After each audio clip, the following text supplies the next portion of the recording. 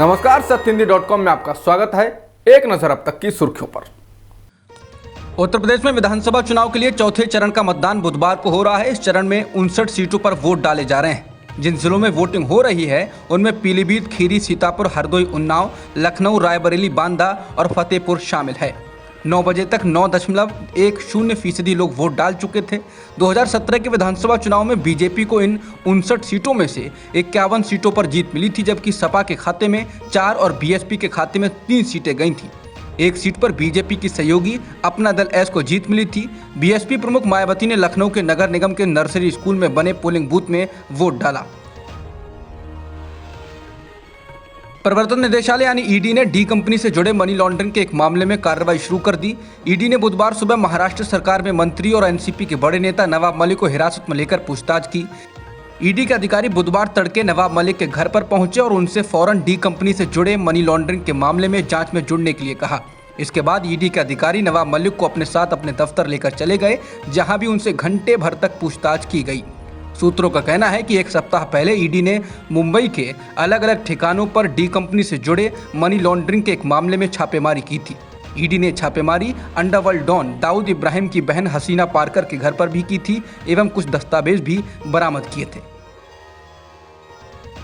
कर्नाटक के शिमोगा में मारे गए बजरंग दल कार्यकर्ता हर्षा हिंदू की बहन अश्विनी ने कहा कि उसके भाई की जान हिंदुत्व के चक्कर में गई।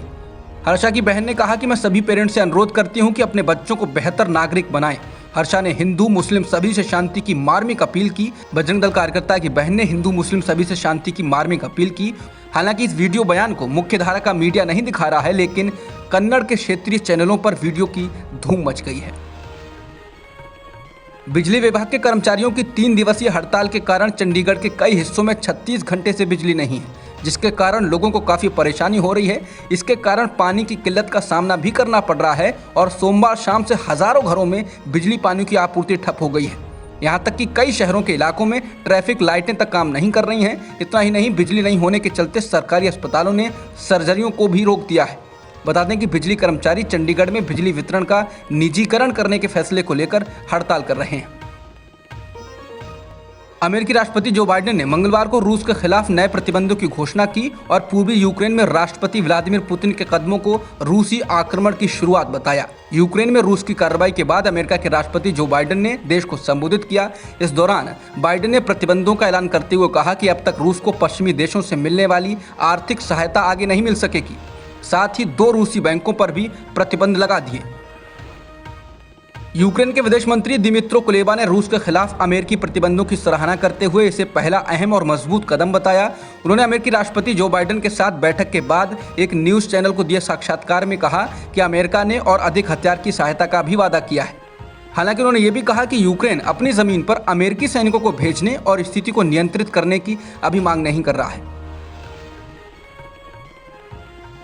यूक्रेन के विदेश मंत्री दिमित्रो कुलेबा ने कहा कि उनके देश की पहली योजना इस संकट को कूटनीतिक ढंग से हल करने की है, जबकि जो दूसरी योजना है उसके तहत उनका देश अपनी जमीन के हर इंच, हर शहर और हर गांव के लिए लड़ाई लड़ेगा।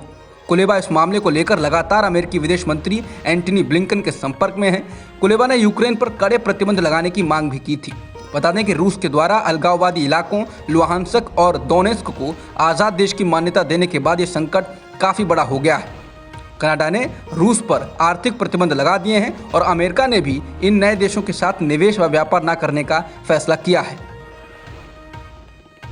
रूस और यूक्रेन के संकट को लेकर ऑस्ट्रेलिया के प्रधानमंत्री स्कॉट मॉरिसन ने कहा कि यूक्रेन पर रूस का आक्रमण प्रभावी रूप से अब शुरू हो चुका है। उन्होंने बिना किसी वजह के और पूरी तरह से अस्वीकार्य कार्रवाई की निंदा भी की। स्कॉट मॉरिसन ने कहा कि रूस यूक्रेन पर पूरे प्रभाव से आक्रमण करने के अंतिम बिंदु पर है और वो हद तक संभव है कि वो अगले 24 घंटे के भीतर यूक्रेन पर हमला कर दे।